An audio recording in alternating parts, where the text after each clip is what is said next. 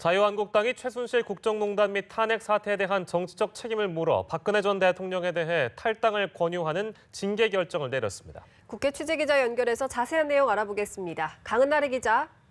네, 자유한국당 윤리위원회는 여의도 당사에서 회의를 열어 박근혜 전 대통령에 대한 탈당 권유 징계안을 의결했습니다. 탈당 권유를 받은 후 열흘 이내에 탈당 신고서를 제출하지 않으면 최고위 의결을 거쳐서 자동 제명됩니다.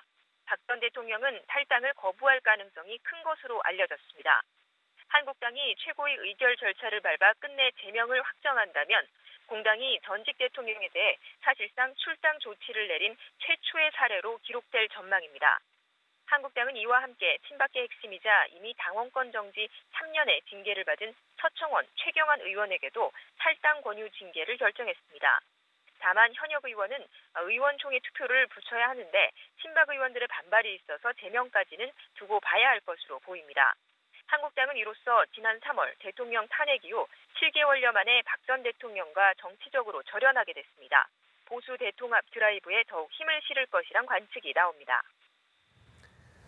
정치권도 오늘 신고리 5.6호기 공론화위원회 발표를 지켜봤을 텐데 어떤 반응을 보였습니까? 네, 여야 정치권은 한 목소리로 신고리 5.6호기 건설 재개 결론을 존중한다고 밝혔습니다. 하지만 동시에 야권은 그동안 불필요한 사회 혼란을 초래했다며 대통령의 사과를 촉구했습니다. 더불어민주당의 김현 대변인은 수기 민주주의를 통해 사회적 합의를 도출한 만큼 여야와 찬반을 넘어 권고안은 존중돼야 한다며 건설 재개 지원과 함께 지역경제 정상화에 노력해달라고 정부에 요청했습니다.